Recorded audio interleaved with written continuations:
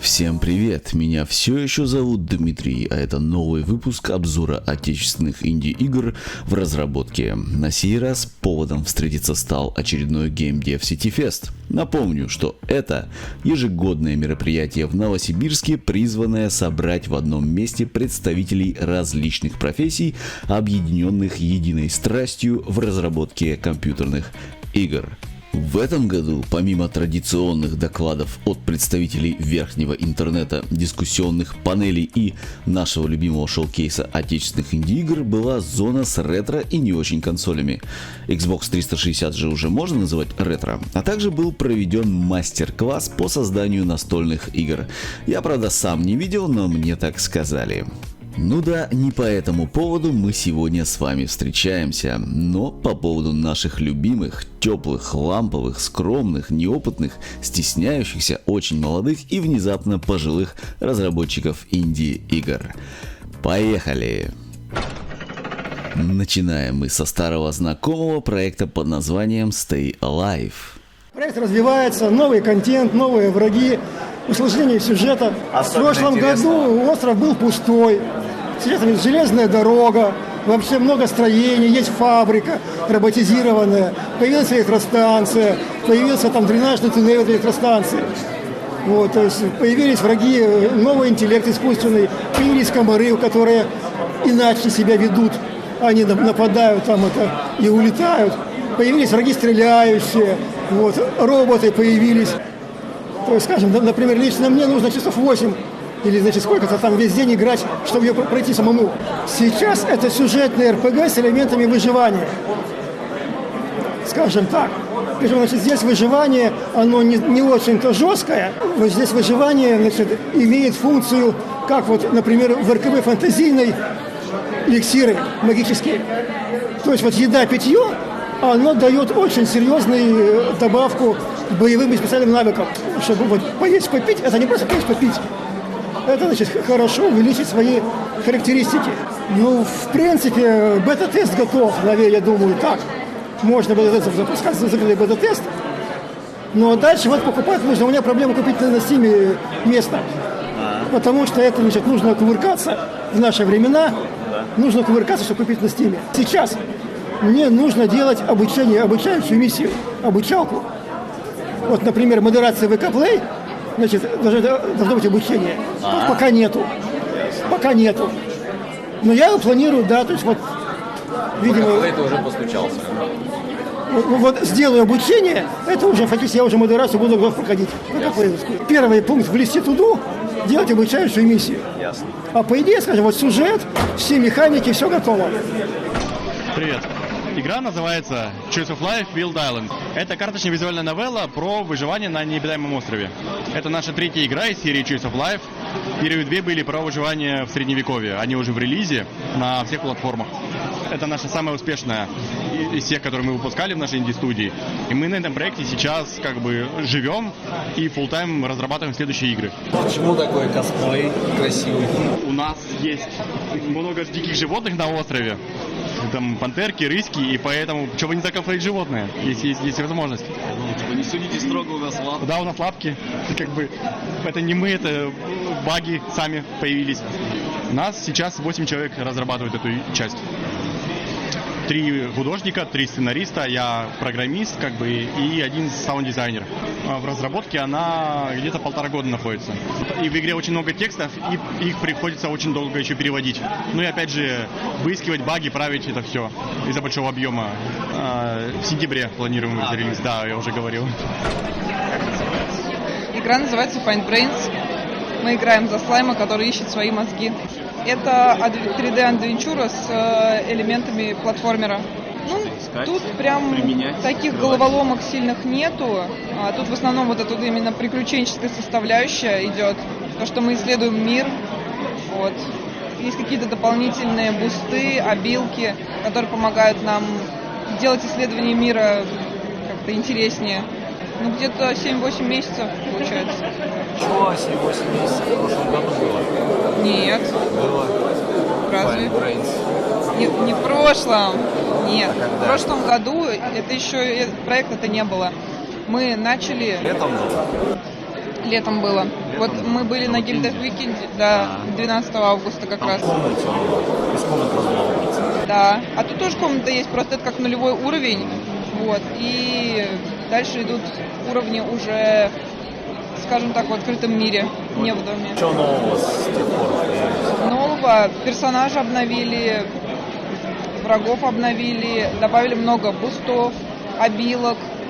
Есть два способа включения обилок. Это через клавиши какие-то горячие и через отдельное радиальное меню, которое на тап вызывается.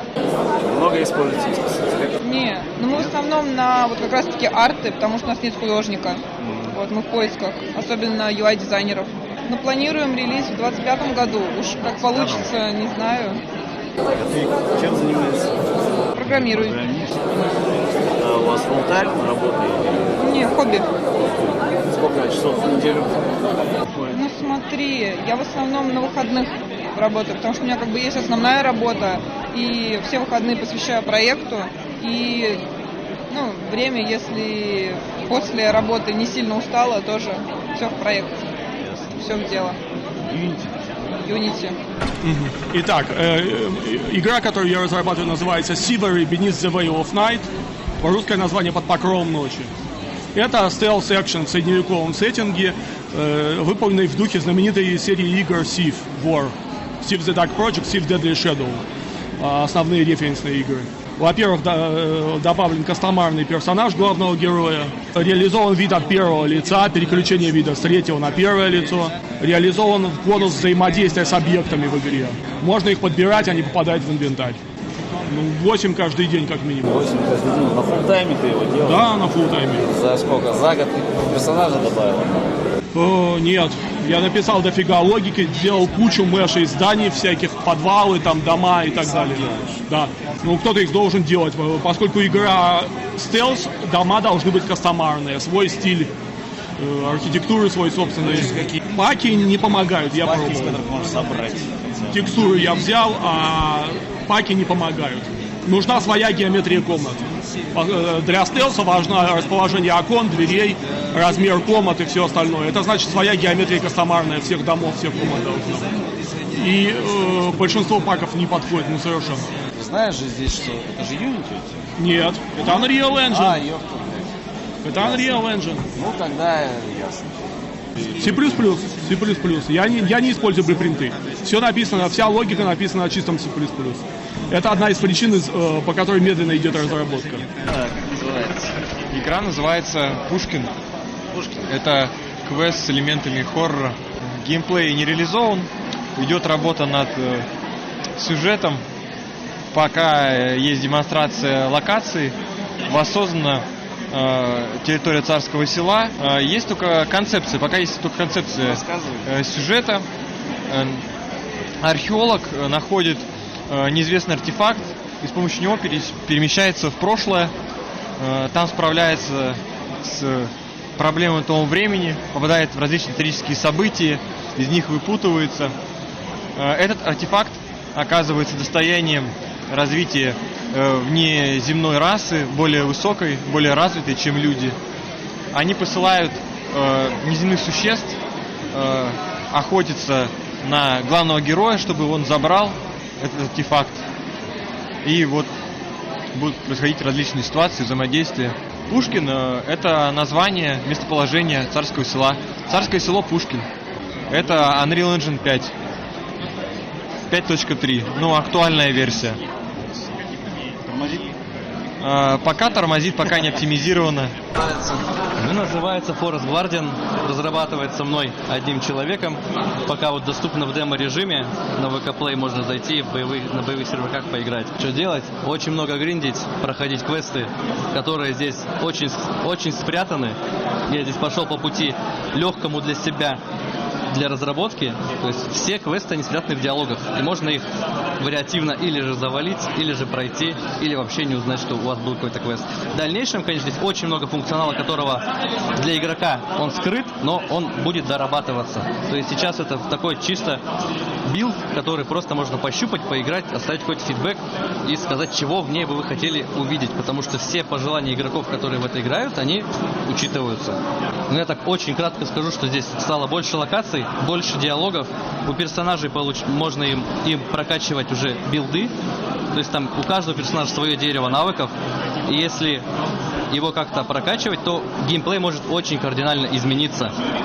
То есть если даже взять обычную волшебницу, которая просто будет вдали стрелять, то можно сделать из нее триксера, который будет просто очень быстро перемещаться, телепортироваться и наносить очень много урона вокруг себя. И так вот по каждому персонажу. Вот как раз таки крафт еще был добавлен.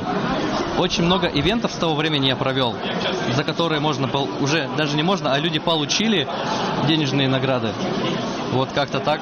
Настоящие деньги. Прямо реальные. Да. Ну да, там получается, какие у меня бывают ивенты. Просто рейтинги займи за определенное время. То есть у меня сезоны есть. Если занимаешь строчки рейтинга, получаешь определенную выплату, которая у меня в сообществе всегда об этом говорится. Здесь сложно читерить на самом деле, потому что игрок здесь только отправляет команды, сервер его поправляет. Может ли эту команду сделать? Насчет искусственного интеллекта, он здесь применен в рамках просто нарисования портретов для каких-либо персонажей неигровых. Сделано это просто, чтобы можно было быстренько добавить, чтобы это как-то не отталкивало игроков, которые будут тестировать. А в дальнейшем все, что здесь вот вы можете видеть, все локации, которые куплены на ассет-сторах, они будут заменяться на свои.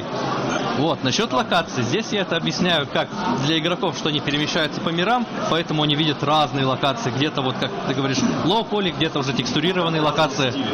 Да. Но это сделано, чтобы облегчить себе разработку, что я просто взял локацию, ее закинул, а дальше она просто вся уйдет и будет вместо нее другая. Вот не помню, в прошлом году были ли у меня боссы. Скорее всего, там была парочка простейших боссов, а сейчас уже добавился дракон, у которого очень много механик различных. И вот с ним был тоже ивент, что его самые первые команда, которая его убьет, получит денежные выплаты. Но там нашелся один игрок, которого в соло завалил за 18 минут. Я как раз присутствовал на этом в этот момент. Игра называется «Скульптор». Это 2D аниме-кликер, посвященный мифу о Пигмалионе. Есть такой древнегреческий миф, и игра его развивает в виде новеллы и кликера. Но кликер необычный, он состоит из 3 этапов. У нас там вырисовывается фигура, она детализируется и, в конце концов, даже раскрашивается. И проект очень простой. Задача его — расслабить вас после работы и не напрягать никакими сложностями, но при этом увлечь. Делаю в одиночку. Уже разработки находится где-то год. Целевая платформа — это ПК. Ну, впоследствии, может быть, мобилки. Есть такое. Картинки, да, генерируются на нейросети, но пока что это временное решение. Скорее всего, будет художник, потому что все-таки нейросети — это тот еще вопрос юридический. Игра очень простая. Аниме-кликер. Собираем тянок, создаем культуры, коллекционируем это все. Скорее всего, к середине лета. Мы разрабатываем мобильную айдол-игру, называется Idol Viking Conquest. Суть игры заключается в том, что викинги после кораблекрушения попадают на остров, и чтобы выбраться из него, им нужно его обжить, развиться, впоследствии отправляться в вылазки, найти детали для своего корабля и уплыть на свой родной остров. Айдол выживание. Да, то, что суть игры айдол, ты говоришь им, что строить, они бегут, добывают тебе ресурсы, строят. Их можно прокачивать, улучшать их скорость, рюкзак и так далее. Суть игры просто в том, чтобы как можно быстрее найти как бы тактику, чтобы выбраться отсюда. Да, ты можешь, поскольку это айдол, ты можешь зайти, дать им задание, выключить игру, зайти через какое-то время и увидеть, что они закончили свою работу, соответственно, дать им новую. Либо можно просто посидеть и позалипать, как они работают. Потому что всегда приятно смотреть, как другие люди работают за тебя. Игра доступна в сторе, но это базовая MVP-шка. То есть мы ее планируем наполнить контентом, расширять впоследствии, добавлять больше интерактива, какие-то другие механики. Сейчас это просто такой неплохой рабочий прототип. У нас в команде сейчас 3 человека, до этого еще были художники. И у игры есть такая интересная техническая особенность. В ней всего одна 3D-моделька. Она полностью, все остальное это 2D. Викинги 3D-шные сами по себе, все остальное 2D-спрайты. Первую версию мы начали делать год назад в мае, сделали ее за 2 месяца. Запустили тесты, и поскольку это наш личный проект, мы его отложили на какое-то время. Хотя ретеншн был неплохой игры. И вот сейчас, так сказать, приняли волевое решение перед фестивалем переписать ее, сделать нормально, убрать как бы все лишнее и привести такую неплохую демку. Я Unity разработчик. Это по вечерам наш личный проект, мы его чисто на своей инициативе делаем. Слушай, если это будний день, но часа 4-5, если это выходной, все выходные, да, в день. Если выходной можете лететь. Просто. То есть последнюю неделю я взял себя больничный на работе и фигачил по 12-13 часов, чтобы просто доделать ее. Рассказывай, как называется? Jagger's Hunt. Это настольная онлайн-игра 3D-модели. Вот, нужно добраться с боков до середины. И это также P2E игра, где, play to earn, играй и зарабатывай. В общем, вся цель в чем? В том, что создается общий пул, там, из 4 людей, и кто последний доходит, тот зарабатывает, в крипте. На данный момент разрабатывается своя токеномика, будет Jagger's Hunt. Реальная крипта? Да. NFT нет? Есть. Можно сказать, как любая настольная игра, в основном как Монополия, да. Там, получается, кубики есть электронные, ты кидаешь и, ходишь. Там какие-то, естественно, препятствия, ловушки всякие. 2 года, 2. Комьюнити-менеджер я. Так, по вечерам. Да, пока ничего не зарабатываю. Демо-версия в конце апреля уже будет. Она как бы и на iOS, и на Apple, и также на компьютеры идет. Где можно больше, куда примут, туда и там и выйдем. Как называется? Игра называется «Лоскутный мир». Это диаблоид с возможностью крафта собственных заклинаний. То есть игрок может создать в теории вообще все, что угодно. Если кто-то хотел когда-то создать ледяной метеорит, то здесь это наконец-то можно сделать. Магика играется больше как Mortal Kombat, когда мы набиваем на клавиатуре много-много кнопок. А здесь по механике немного похоже на то, как оно работает в Нойте, но все равно достаточно сильно от этого отличается. Мы из монстров выбиваем некоторые осколки заклинаний, в которых что-то есть. Словно взрыв от воды или там снаряд земли. В этих осколках есть пустые гнезда, в которые можно вставлять другие осколки. Мы выбиваем эти осколки из монстров и в конце концов собираем то самое легендарное заклинание, которое в современных играх мы знаем всякие там заклинания, которые придумывали древние маги, мы их ищем, а здесь мы можем сами стать этим древним магом, который создаст и придумает это заклинание. Изначально игра разрабатывалась на Unity, а это было по вечерам 2 года. В июле прошлого года я начал переводить игру на Unreal, и вот сегодня первый шоу-кейс версии на Unreal. Вот, сейчас уже занимаюсь этим full-time. Да, я программист и в целом автор идеи геймдизайн. А кроме меня еще есть VFX художница, 3D художница, саунд-дизайнер и человек, который занимается балансом. Кое-кто на энтузиазме, кое-кто за денежку.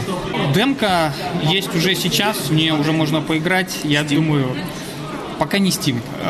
В течение месяца, я надеюсь, что у нас появится страничка в Steam, тогда же у нас появится, скорее всего, нормальный туториал. Если все пойдет хорошо, то будем дальше искать возможности масштабирования. Как называется? Игра «Маньяк» — это визуальная новелла в стиле триллера, которая держит в напряжении. Это первая игра нашей маленькой инди-студии «Нора», в которой состоят 5 человек, которые просто идейно начали по вечерам потихонечку делать игру. История о непосредственно деятельности одного маньяка и девочки, за которую мы играем, которая почувствовала в нем родственную душу и начала пытаться выйти с ним на связь. Важно отметить, что сценаристом для этой игры была девушка, которая получила профессиональное образование психолога-криминалиста и отработала некоторое время в этой профессии, собрала, так сказать, портфолио и собрала из этого историю. Игра имеет разветвленный сюжет, который зависит от наших выборов и от нашей наблюдательности. Допустим, найдем ли мы какой-то объект. В ней мы самостоятельно рисуем все сцены, а также мы подбираем самостоятельно звуковую составляющую. В будущем будет полная озвучка 2 персонажей. Я думал, в игре нужно игроку самому рисовать сцены, подбирать звуковую. Конечно, сами рисуем. Нихера себе, как интересно. Также в ней будут мини-игры, которые на логику и сообразительность, которые также будут влиять на сюжет. Выход игры планируется в начале лета первого эпизода, и далее каждые несколько месяцев по одному эпизоду, всего 4 эпизода. Общая продолжительность игры примерно 10-20 часов, довольно небольшая, но довольно напряженная. Пока не знаем, на чем будем выкладываться, но будем выкладываться везде, куда сможем. Также у нас есть группа в Телеграме. Мы сейчас работаем по краундфандинговой системе, в которой каждый, кто нам что-нибудь закинет, поможет нам как-то в разработке, облегчит, так сказать, повседневную жизнь наших создателей, получит первый эпизод в подарок, когда он выйдет. Ну, в общем, игра называется Memory Dimension. Это Vampire-like и рогалик. Но главная особенность в том, что все это действие происходит на закрытых аренах. То есть, если в Vampire-like пространство бесконечное и бесконечное количество врагов, и как хочешь с ними танцуй. Здесь пространство ограниченное, ограниченные враги, и тебе нужно более осознанно от них уворачиваться. То есть такой больше даже bullet hell, чем Vampire-like. Вот. А от рогаликов тут, естественно, система прогрессии, в которой и от вампир-лайков, и от рогаликов, и карты. То есть ты можешь на картах находятся иконки, которые значат разные события. То есть битвы, сундуки, хилки и все такое. Ты можешь, текстовые события, ты планируешь по ним путь так, чтобы создать наиболее эффективный билд. Вот.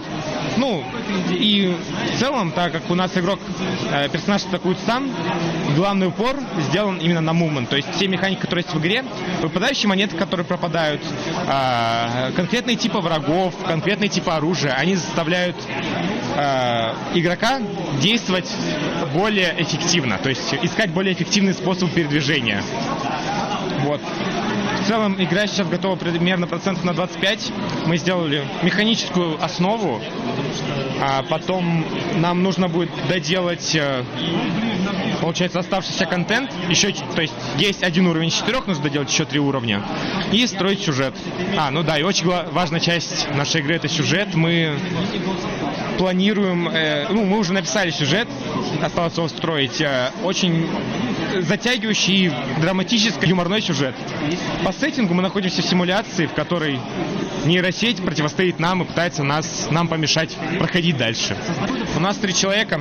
Получается, наш программист там стоит, а у нас есть художник, и я... Написано, что я геймдизайнер, но я геймдизайнер, программист, художник по интерфейсу, звукарь, сценарист и автор идеи. Настоящий геймдизайнер. Все понемножку умеем делать. Все, что не доделали другие, я доделываю. 9 месяцев. Как я сказал, игра готова примерно на 25%. Остальное мы планируем сделать за 1,5 года где-то. Потому что мы механическую основу всю заложили уже. Дальше нужно только контент доделывать и настраивать. У нас главный герой колясочник. Это киллер фича, я считаю. Фулл-тайм. Да, я везунчик с фулл-таймом, с фулл-тайм проектом, за который мне платят деньги. И планируем на Switch, на Steam и на Steam, VK Play, в будущем очень хотим залететь на Switch. Прям мечта, потому что графика идеально подходит, все такое. Наша игра называется Mice Legacy, мышиное наследие, которая выросла из незаконченной игры на джеме. Собрались просто компании друзей, кому-то портфолио, кому-то просто по приколу, и не доделали, решили доделать. И, собственно, вот так она и есть. Это городостроительный симулятор, где мы играем за мышей, которые сбежали из большого города, чтобы основать свой. По геймплею это опять-таки градостроительный симулятор, где у нас временами есть события, условно как в Фростпанке, где мы как правитель города принимаем какие-то решения. Вот. Плюс будут мини-квестики про исследователей за городом. Вот. И наши постройки и решения как правителя заполняют разные шкалы, то есть там это загрязненность, там насколько мы агрессивные, любопытные или замкнутые, и от разных соотношений вот этих шкал мы получаем одну из концовок. Концовок всего 7. Вот. Нас мы сегодня попытались вспомнить. Нас где-то 6-7. Нас 7. Да, 7. Это программист, 3 художника, музыкант, геймдизайнер и еще один художник. Да, у нас 4. Да, 4 художника. Сложно сказать, большая часть работы была сделана на Sim Game Jam осеннем. К сожалению, не получилось закончить, потому что кто-то слишком амбициозен. Вот. И поэтому она потихоньку доделывалась. И вот ближайшие недели 2, да? Вот, и активно сегодня у нас обновление в реальном времени, да. Когда будет готово? Когда будет готово, тогда будет готово. Вот, то есть на самом деле большая часть уже готова в плане надстроек для механик, то есть, грубо говоря, построена механика диалогов была, а дальше дело пойдет с диалогами, собственно, лучше, потому что уже есть база под это. Лето, где-то вот там. Весна, лето. Я тебя составлю, да. Ну, это точно. Ты ему деньги платишь? Нет. Искусственный интеллект используете? Искусственный, да, интеллект нет. Ну, мы использовали искусственный интеллект, в качестве референсов. Ну, а потом мы его, естественно, там дорабатывали, допиливали. Ну, это, как и задумывалось, небольшой проект с максимум геймплея где-то 4-6 часов плюс-минус. То есть это будет небольшая, миленькая игра, где можно убить время, построить город, проникнуться сюжетом и судьбой маленьких мышек. И также, собственно, эту судьбу им выбрать. Как называется? Называется Morbid Inhale. Смертельный вдох. Значит, суть игры в чем? Играем мы за космонавта, который работает на орбите в космосе на станции. На Земле в это время происходит зомби-апокалипсис. Всем становится не до него, у него кончается еда, вода, и он садится в спасательную такую штуку и падает на Землю к зомбям. Вот, скафандр он снимать не рискует. Деваться ему особо некуда, и он пытается выжить среди зомби, которые бегут на него со всех сторон и пытаются его из скафандра достать, сожрать. Топ-даун шутер. Попытка переосмыслить Crimson Land, Alien шутер, зомби-шутер. В некотором роде осовременить эти игры. Вид сверху, все трехмерное, препятствия статичные, прокачка, бонусы, перки, все работает. Все драйвовое, мясное, быстрое, шустрое. Свободное от работы время с 2019 года с большими промежутками, если все вместе слепить в рабочие часы, наверное, около 2 лет. Unity, Steam, VK Play, Android. В данный момент можно в Steam поиграть и в VK Play. Там уже минут на 40 рабочая демо. Полный релиз в августе будет. Остается дорисовать уровни. Игра уже вся сделана, но все на вайтбоксах. То есть квестики проходятся, уровни, все. Но пока выглядит на кубиках, на заглушках. Вот надо красивенько level art накидать на это, на все. И все. И конец. Народу работает. Я один работаю. Я и программист, и композитор, и артист, и моделер, и геймдизайнер. Интеллект называется. Наш проект называется «Дихотомия». VR-шутер в стилистике sci-fi с вампирами. У нас планируется в игре использование и сайфайных технологий, и способностей, связанных с вампирами, управление кровью и прочее. Действие игры разворачивается на вымышленной планете, в которой добывается вымышленный материал, называется динерит.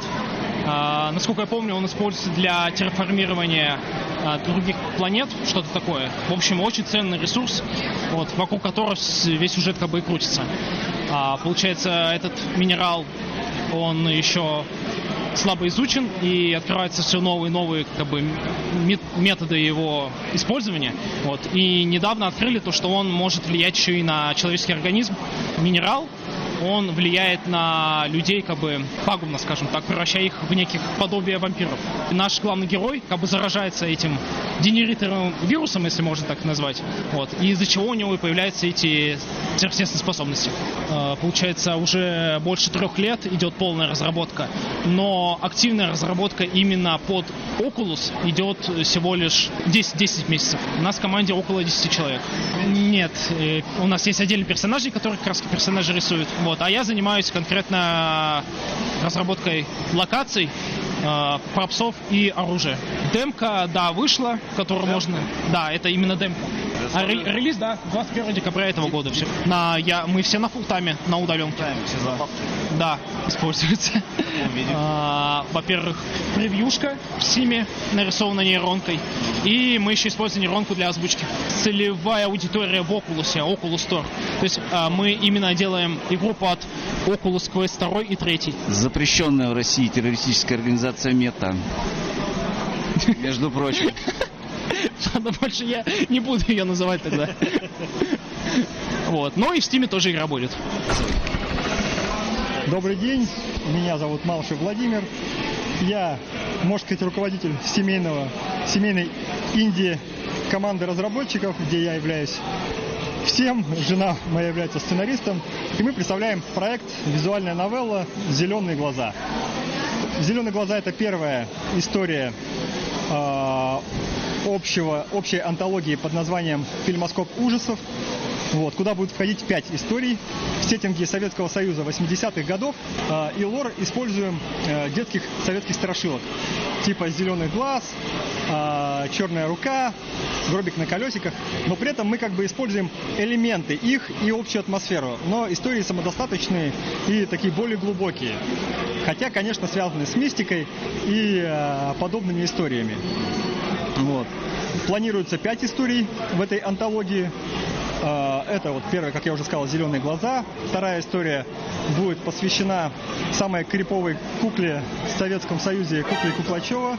Да. Третья история будет называться «Свиная голова».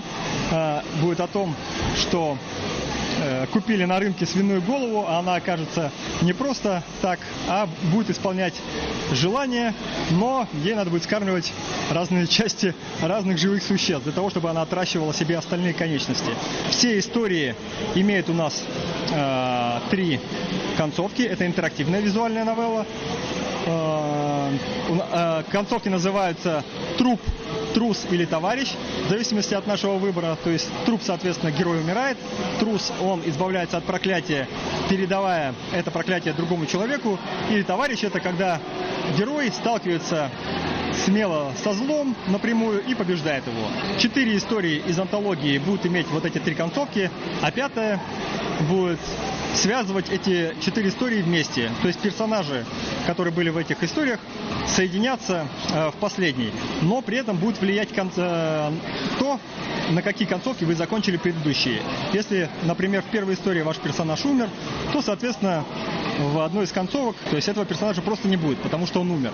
Вот. Но если вы пройдете там на Good Route, то, соответственно, он появится и сможет как-то участвовать в общем сюжете. И там уже планируется около 12 концовок. Надеюсь, наших сил хватит, наших, так сказать, инди-сил на такое приключение.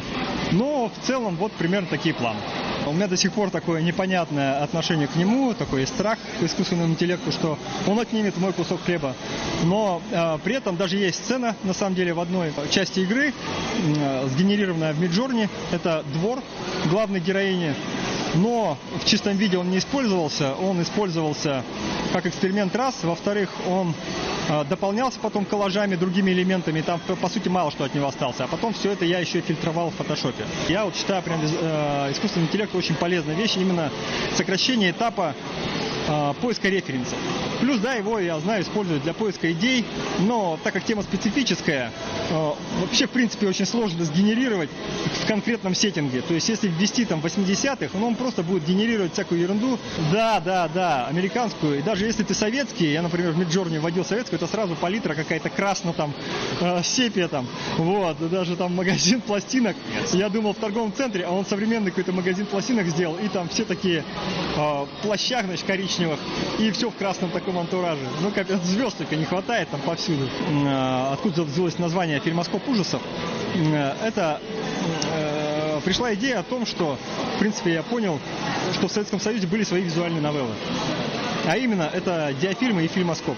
Потому что, по сути, все составляющие визуальной новеллы, кинетической, не присутствуют. Это картинка и текст на блоке, собственно, на черном фоне. Советские дети фактически знакомились с жанром визуальной новеллы еще до того, как это стало мейнстримом, в принципе.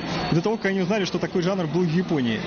Вот. И поэтому название «Фильмоскоп ужасов» отсылается именно к дани уважения к фильмоскопу, в принципе, как вот как раз дарителю этих историй. Во-вторых, это такой омаж и отсылка к антологии ужасов Стивена Кинга «Калейдоскоп ужасов». Вот. Плюс аббревиатура «Фильмоскоп ужасов» — это «ФУ». А «ФУ» — это типа противно, страшненько и прикольно. Наша история не является в чистом виде прям хоррором, именно таким прям страшным, лютейшим. Она в себе содержит элементы, как и в принципе детские страшилки. И приключений, и каких-то и шутеек, юмора, и да, хоррора. В общем, много всего в себя включает, и поэтому, в принципе, там каждый для себя может свое найти. То есть у нас нет задачи конкурировать с тем же «Зайчиком», где такое более мрачное и такая более заточенная на мрачность и хоррор атмосфера. Мы все-таки хотим такую более разностороннюю историю рассказывать. Вот зеленая пластинка, на самом деле, та самая. Да, это пластинка. Вот. Как полагается, проклятая, поэтому мы стараемся ее не слушать, только показываем людям. Планируем где-то месяца через 1,5-2, это наш первый такой семейный проект, именно визуальной новеллы. Мы до этого пробовали взять более крупную визуальную новеллу, но оказалось, мы просто не тянем, она слишком большой проект, поэтому переключились на проекты поменьше, ну, чтобы, во-первых, первый фидбэк быстрее получить, увидеть, нравится людям или нет, во-вторых, вот этот формат истории на час-полтора, он позволяет гораздо быстрее получить результат. Потому что главная сложность, конечно, в любой инди-разработке — это довести проект до конца.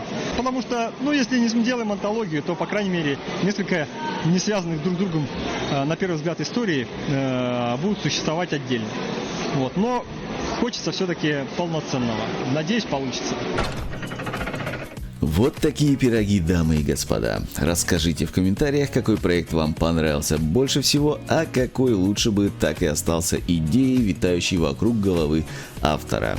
А мне остается лишь поблагодарить замечательных организаторов за то, что не бросают это дело и продолжают свой нелегкий труд в организации такого классного мероприятия, которое помогает отечественному геймдеву вставать с колен.